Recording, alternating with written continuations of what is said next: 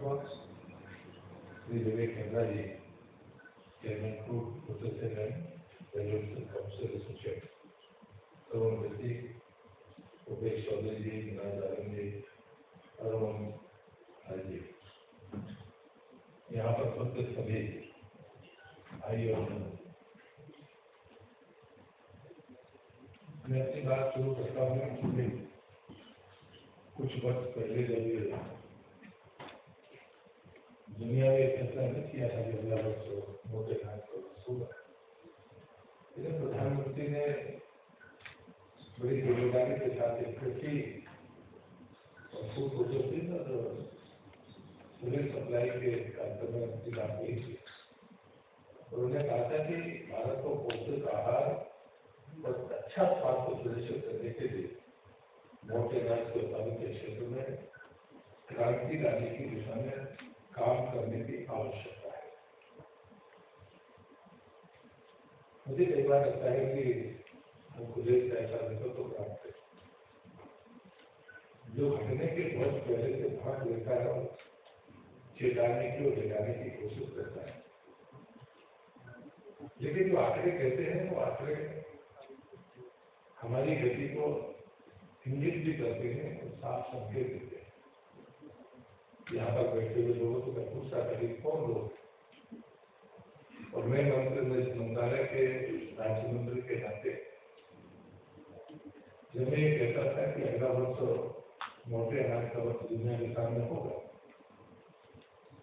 हम एक बड़े उत्पादक देश हैं जिसमें दुनिया के मोटे अनाज की हिस्सेदारी प्रति लगभग 40% तक रही। मैं इस आंकड़े पर इसलिए अंदाज के साथ कह रहा हूँ क्योंकि मैं सहमत होते हुए को चिंता है। उससे मैं पहली बात ये कहता हूँ, क्या हमारा उत्पादन दुनिया के मोटे अनाज में हमारी भागीदारी है 40%? तो मुझे लगता है कि भारत के लिए आने वाला समय एक स्वर्णिम समय है। लेकिन उसका जो दूसरा चरण है, यदि हम प्रोसेसिंग के बारे में बात करें कि मोटे अनाज की प्रोसेसिंग करने वाले क्षेत्र, ये जो सप्लाई चेन पूरी करने वाले लोग यहाँ पर बैठे हैं, जरा ईमानदारी से पलट कर देखिए और तय करिए कि ये सच्चाई है कि हम दुनिया की मांग को पूरा कर सकते हैं। मैंने जो सूची बनवाई तो जो आंकड़ा मुश्किल प्राप्त है, करेक्ट कर सकते हैं आप, कम से कम तक सुधार कर सकते हैं, जरूर लेकर जाइए। मुझे कुल 99 इंडस्ट्री की सूची, कुल इंडस्ट्री की कैपेसिटी बहुत बड़ी कैपेसिटी नहीं था। उससे अगर हमारे पास वाला मटेरियल है तो फूड प्रोसेसिंग के बाद के क्षेत्र में हमने प्रोसेस कर नहीं दिया तो हम दुनिया की डिमांड को पूरा करने में कितने हिस्सेदार करेंगे। तीसरी बात होती है कि कुछ ऐसे लोग भी हैं जो दुनिया में यहाँ से खरीद कर सप्लाई करते हैं। मैं उनसे भी कहता हूँ इधर एक बात तय तो करिए कि आप जितना भारत की धरती पर उत्पादित होता है, क्योंकि आपने कोई क्वालिटी पैरामीटर बनाए हैं, जो भी मार्केटिंग की आपके प्लेटफॉर्म होंगे वहां से जितनी आप खरीदी करते हैं वो उत्पादन का कितना प्रतिशत है, तब कहीं जाकर हम एक सटीक टारगेट पर होंगे। शायद हम अगले साल जो लक्ष्य तय करें उसे प्राप्त कर ले तो बेहतर होगा, तब कहीं जाकर आगे हम बढ़ाने की बात करें। ये सब तो चुटकी बजाने से नहीं हो सकता। लेकिन पिछले बजट में प्रधानमंत्री ने कहा था वो जो अनुमान, क्योंकि ये अनुमान इसलिए कह रहा हूँ कि 24 लाख लघु उद्यमी फूड प्रोसेसिंग के क्षेत्र में काम करते हैं, तो उन्होंने कहा कम से कम भाई 2 लाख वो समूह होंगे, कोई व्यक्ति होगा, कोई छोटी इंडस्ट्री होगी, उनमें से कम 2 लाख लोगों को जो छाटिए, जिनको 10,000 करोड़ देकर हम उनको अपग्रेड कर देंगे। आप 24 लाख के आंकड़े को कागज में कहते रहिए, लेकिन परिणाम क्या निकलने वाला है? उससे जो चीजें दुनिया में बिकनी, उससे जब कभी हमने BIS इस वक्त से लागू हुई, उसमें भी हम 10,000 करोड़ खर्च कर रहे हैं और देश के उन उद्योगपति हैं वो जो रेडी टू ईट के मामले में दुनिया में अपनी पहचान बनाने का मादा रखते हैं, उनको सरकार मदद करेगी। दूसरी कैटेगरी है कि अगर वो इनोवेटिव और जेनेटिव के क्षेत्र में काम करते हैं तो उनको मदद मिलेगी, मार्केटिंग और ब्रांडिंग में 50% की मदद मिलेगी, क्योंकि दुनिया में हमारा खान पान पसंद किया जाता है। लेकिन उस सबके बावजूद भी कोई भी भारतीय कंपनी अभी तक दुनिया में अपना नाम नहीं बना सकी, जिससे को छोड़कर। और इसलिए मुझे लगता है कि हमारे सामने चुनौतियां भी हैं और अवसर भी है कि हम इस अवसर का लाभ कैसे उठाएंगे। लेकिन अगर कोई करने वाला हो तभी तो उसको लाभ मिलेगा। भारत सरकार आपकी मार्केटिंग ब्रांडिंग में, आपके अगर कोई आप इनोवेटिव या ऑर्गेनिक सेक्टर में कोई बेहतरीन आप प्रोजेक्ट पैदा करते हैं तो उसमें आपको मदद करने के लिए तैयार है। रेडियो की एक दुनिया की डिमांड है। अगर वो मोटे अनाज की तरफ है तो फिर आपको और पीछे जा रहा है। जो मैंने आपको आगे बताया वो तो 99 है। आप एक तरफ 2 लाख इंडस्ट्री की बात कर रहे हैं, जरूर क्योंकि आप उनको अपग्रेड करके दुनिया के कंपटीशन में खड़ा करना है। उससे ऊपर PILC में जैसे बड़े उद्योगपतियों को दुनिया के प्लेटफॉर्म में ले जाकर भारतीय कंपनी के तौर पर पहचान दिलाने में सरकार उसको मदद करेगी। मुझे लगता है कि इस विभाग में इससे बेहतर कोई दूसरी मिनिस्ट्री नहीं हो सकती, क्योंकि कहीं ना कहीं हमें तो कुछ करना नहीं है। हमें जो करने वाला, उत्पादन करने वाला किसान हो, कोई सोसाइटी हो, FPO हो, हमारा कोई ग्रुप हो, इंडस्ट्री हो, उद्योगपति हो, हमारे सामने कोई जरिए नहीं। हमें तो सिर्फ उसको मदद करनी है जो सेक्टर में काम करने के लिए आगे, और फिर लोग के इस स्पीड को हमें देखना हो। हरित क्रांति के बाद हमारे उत्पादन को बहुत बड़ा झटका लगा है मौके का। मैं मध्य प्रदेश से आता हूँ तो मैं फिक्स पर जानता हूँ जिन चीजों को मैंने खाया या मैंने देखा, और उसमें बड़े सिंपल तरीके से ज्वार है, बाजरा है, मक्का है, आदिवासियों के क्षेत्र में कोदो है, कुट्टी है, समा है। आपके जो एक बंगाल में होता है हमारे यहाँ जवा बोलते हैं, वहाँ पे जो बोलते हैं। तो बाकी कोई लोग बाइक में उपयोग करते हैं, कोई लोग हवन में उपयोग करते हैं, कोई लोग खाने में उपयोग करते हैं। रागी है। अब रागी जम्मू कश्मीर से लेकर दक्षिण तक सारे राज्यों को उनके नाम अलग हो सकते हैं। गुजरात तो उसका बड़ा सेंटर है। लेकिन इन सबके बावजूद भी जब हम आंकड़े उठाकर देखते हैं तो वो जो आंकड़े हैं, बाजरा के मामले में तो हमने निश्चित रूप से बढ़त हासिल की है। लेकिन जो आंकड़ा मैं देख रहा था वो आपकी जानकारी में हो तो शायद 10% को जैसा ठीक। अगर हम 2015 और 16 की बात करते हैं तो मोटे अनाज का जो उत्पादन था वो 14.52 मिलियन टन, 2021 में बढ़कर 17.96 टन। लेकिन बाजरा में हमने इसको उछाल दिया। मुझे लगता है ये आंकड़ा इसलिए गया है, इसलिए बाकी सेक्टर्स को इसमें कंपेयर करने के लिए हमें नए तरह से आंकड़े को देखना होगा। जब मैं बाजरा में देखता हूँ तो 8.07 मिलियन टन से बढ़कर 10.86 मिलियन टन। तो जो ग्रोथ मुझे लगती है वो सिर्फ बाजरा में लगती है। लेकिन दुनिया की डिमांड सिर्फ बाजरा नहीं है। अगर दुनिया की डिमांड रागी है तो हमें रागी के सेक्टर पर फोकस करना होगा कि उत्पादन उसका उतना हम कर पाएंगे कि नहीं, उसको उतना प्रोसेस कर पाएंगे कि नहीं, उससे जुड़ी हुई इंडस्ट्री हमारे पास है या नहीं, फिर उसके बाद मार्केटिंग के लिए हमारे पास सप्लाई चेन है या नहीं। जैसे प्रधानमंत्री ने हमेशा से कहा है कि सप्लाई चेन हमारी सबसे मजबूत होनी चाहिए, और कोरोना के समय उनके दूरदर्शी प्रयासों का परिणाम था कि वो सप्लाई चेन को सक्सेसफुली पूरा कर पाए। और इससे हमारी मिनिस्ट्री ने 2 बहुत बड़े परिवर्तन किए। पहले हम सिर्फ टॉप स्क्रीन पर रहते थे और इससे में उसमें आलू, टमाटर और प्याज ही होता था। लेकिन हमने तो टोटल करके फलों का, सब्जियों का, समुद्री उत्पादन को बढ़ा दिया। लेकिन आज जो डिलीवेट बात हुई है कि PIL स्कीम में जो चीजें बची हैं, क्योंकि अगले वर्ष हमको अपनी उस चुनौती का सामना करना है और उसमें हमने अवसर को छोड़ना है। इसलिए PIL स्कीम में जो बचा हुआ धन है लगभग शायद 800 करोड़ का, उसको सही आंकड़ा आपको देंगे तो इससे समय ज्यादा बेहतर होगा।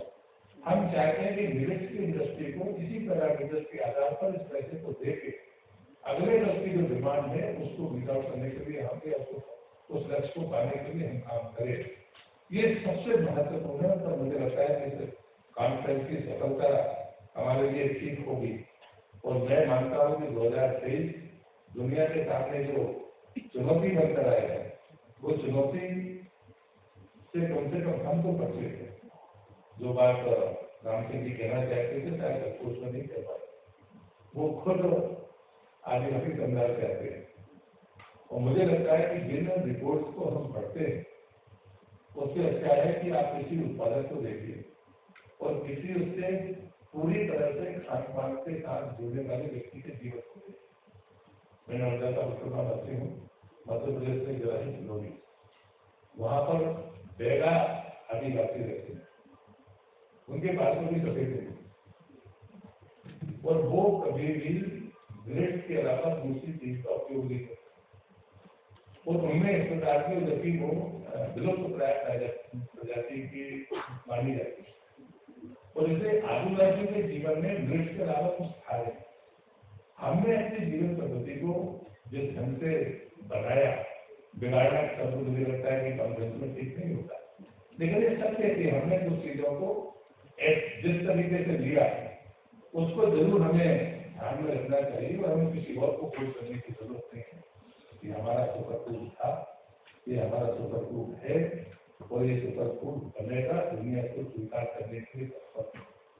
लेकिन अगर हम उत्पादन की बात करें, खान-पान की बात करें, उसके तरीके की बात करें, उसके बाकी क्या क्या चीजें उसमें होती है जो आज मानव शरीर को नुकसान करता है, वो सारी चीजें में नहीं।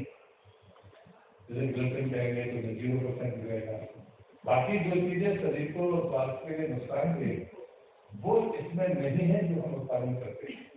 लेकिन उस खान पान को हमने छोड़ा, किसी और ने हमको नहीं कहा और इसलिए ये कहानी मुझे याद आती है, मुझे लगता है कि मुझे कहनी चाहिए। एक बार दक्षिण अफ्रीका में एक पहाड़ी पर एक गाँव बसता था, वहाँ सारे लोग अंधे थे, मुझे सतर्कता दी। तो बाद में कोई बच्चा पैदा होता था उसकी आंखें होती थी लेकिन बाद में बोलना हो जाता था। कहते वहाँ एक मक्खी थी जो काटती थी, उसके कारण से एक प्रकृति बचती थी। तो लोगों को पता चला तो लोग वहां पर गए और जाकर उनको कहा कि भाई यहाँ से आप विस्थापित होकर कहीं और रहिए, क्योंकि ये तो यहाँ का रोग नहीं है, किसी मक्खी के कारण ये परेशानी पैदा हुई। लेकिन जिनमें पीढ़ियों से आंखों प्रकाश देखा ही नहीं था, उनको बहुत प्रकाश की अहमियत का अंदाजा नहीं, उनको कन्वेंस करने में ही बरसों लगे। लेकिन वो बाद में माने तो बाद वो परिस्थिति से बाहर आई पीढ़ी, इसकी जो बात की पीढ़ी थी। शायद ऐसे कुछ हमारे साथ हुआ है। हमारे पास में जिस सुपर फूड हम लेते थे वो कोई आधुनिकता की मक्खी जिसमें राम सिंह जी कह रहे थे अपना पिज्जा बर्गर या हमें बाकी चीजों को विस्तार किया, गेहूँ हमारे यहाँ बहुत पुराना नहीं है, दालें बाकी चीजें हमारे खान पान में। अगर हम अगर किसी हिस्ट्री को देखेंगे तो हम किसी अन्य परंपरा को कोड ही नहीं करेंगे और हम ये बता पाएंगे कि हमारे मनुष्यों के द्वारा जो तय खान पान था वो मानव जीवन के स्वास्थ्य के लिए सर्वोच्च था। आज हम इस तरह से जो आंकड़े देख रहे हैं, राम सिंह जी ने बताया, आप 50 साल की उम्र से ज्यादा के स्वस्थ व्यक्ति के बारे में अगर आपको मिलता है कि इसमें हाई ब्लड प्रेशर नहीं है, शुगर नहीं है, तो आप थोड़े विस्मय के साथ देखते हैं भारत की हालत। लेकिन इससे पहले भी था और इससे मुझे लगता है कि हम कभी खान पान के मामले में, कम भारतीय खान पान के मामले में हम कह सकते हैं कि हमारा खान पान ज्यादा शुद्ध था। हमारा खान पान मनुष्य के लिए और अन्य जीवों के लिए, जीवन पशुओं के लिए भी हमारे खान पान में वह चीजें उपलब्ध थी जो उनके द्वारा हमें मिलती थी। अगर दूध हमें मिलता था तो वो हमें ताकत देता था, हमको रोग नहीं देता था। लेकिन आज ऐसा नहीं। जब मैं मनुष्य के अलावा खान पान की बात करता हूँ पशुओं के, तो दूध आपको आज मिलता है तो आप भी 10 बार सोचते हैं कि मुझे दूध कहाँ से लेना चाहिए। तो मुझे लगता है कि वो स्वास्थ्य से और खान पान से जुड़ी महत्वपूर्ण हमारी जरूरत है। और इसके इस अवसर पर मैं आपसे कहूँगा कि हमारे सामने जो लक्ष्य होना चाहिए वो अगले वर्ष दुनिया में जो डिमांड है, जो मांग है, उसकी पूर्ति का सामर्थ्य में है या नहीं। वो उत्पादन के साथ जुड़ेगा, वो प्रोसेसिंग के साथ जुड़ेगा, तो सप्लाई चेन अगर हम निर्यात करने की सामर्थ्य में नहीं होगी तभी हम नहीं कर सकते। पर हम मार्केट में जरूरत डिमांड कहाँ पर है, किन चीजों की है, उससे रिलेटेड इंडस्ट्री के साथ हमारा कोई टाइप है क्या, मंत्रालय का, इंडस्ट्री का, तो वो होगा। निर्यात करने में कोई दिक्कत आपको नहीं होगी, क्योंकि जब हम जैविक की बात करते हैं अन्य क्षेत्रों में, तो मोटा अनाज जहाँ पर भी होता है, अगर आप हाइब्रिड की बात न करें तो उसमें कहीं कोई क्वेश्चन मार्क नहीं है, वो जैसे कि ही होगा, ये बात आसान कर चलिए, क्योंकि वो हल्की जमीन में होता है, कम पानी में होता है। हम पर्यावरणीय संतुलन की दृष्टि से देखें, स्वास्थ्य की दृष्टि से देखें, दुनिया को और बेहतर बनाने की दृष्टि से देखें, सभी मामलों में ये सुपर फूड है। तो सुपर फूड की अहमियत को हमें समझना होगा। अंत में इस कहानी के साथ अपनी बात को समाप्त करता हूँ कि विवेकानंद को रामकृष्ण परमहंस का नाम सबने सुना है। उन्होंने कहा कि जाओ देवी के पास जाकर अपनी बात कहो, उसे तुम्हें चाहिए। एक बात है, वापस आ गए। उन्होंने कहा इधर छोटी मोटी चीज क्या मांगना, दूसरी बार गए वापस आ गए, तीसरी बार गए छोटी को वापस आ गए। उन्होंने अपने बुजुर्ग को कहा कि मैं क्या मांगू। तो जो रामकृष्ण परमहंस ने विवेकानंद को आशीर्वाद दिया, वो आशीर्वाद मेरी बात को भी कुछ करता है, हमारे बच्चों की बात को भी कुछ करता है। उन्होंने कहा जाओ दुनिया में जाना, तुमको कभी मोटे अनाज और मोटे कपड़े की कमी नहीं पड़ेगी। वो अनाज भी कह सकते थे, लेकिन किसी साधु का भोजन या तो फलाहार होगा या मोटा अनाज होगा। हमारी किसी भी परंपरा में कह रहा हूँ, उस परंपरा में मोटे अनाज का हिस्सेदारी ही नहीं। ये सच है कि किसी नूतनता की चाह में मेरे मित्र ने मुझे पत्र में लिखा था, दुनिया में नहीं, उसकी आखिरी बनती थी कि दुनिया सदैव पुकार मचाएगी नूतनता नूतनता नूतनता। हम नए तरीके से प्रभावित होते हैं, ये भूल जाते हैं कि जिसको हम खराब मानते हैं उससे भी सबसे दुखद है, लेकिन तब तक समय गुजर जाता है। लेकिन यूनिवर्सल ग्रोथ होता है। हमारे ऋषि परंपरा हो या कृषि की परंपरा, दोनों में कोई भेद नहीं रहा। दोनों का साम्य इतना था कि कृषि परंपरा और ऋषि परंपरा के बीच में कोई गैप नहीं था। अब दुर्भाग्य से जो कृषि परंपरा आज हमने स्वीकार की है, उसमें वैज्ञानिकता के साथ हमने खाद और औषधियों को मिलाकर ऋषि परंपरा को तो खत्म ही कर दिया। ये तो जो प्रकृति को नुकसान करे वो ऋषि परंपरा नहीं हो सकती। तो इसलिए मुझे लगता है कि हमारी ऋषि और कृषि परंपरा में कहीं पर भी संकट नहीं है, क्योंकि बदलते दुनिया के परिवेश में जब दुनिया मानती है वो मोटे अनाज को स्वीकार कर रही है। एक बेहतरीन अवसर हमारे पास में है कि हम उसमें हिस्सेदारी करें, भारत की उपस्थिति को दर्ज कराएं, दुनिया की मांग की पूर्ति के अगर हम कारक बनते हैं तो ये बेहतरीन अवसर होगा इस चुनौती में अपना स्थान बनाने के लिए, हमारी परंपरा को पुनर्स्थापित करने के लिए। देर से आएंगे लेकिन हम आने वाली पीढ़ी को बेहतर भी कर पाएंगे। हम अपने आने वाली पीढ़ी को दिशा देंगे तो दुनिया को दिशा देंगे। इस शुभकामना के साथ अपनी बात को समाप्त करता हूँ। धन्यवाद।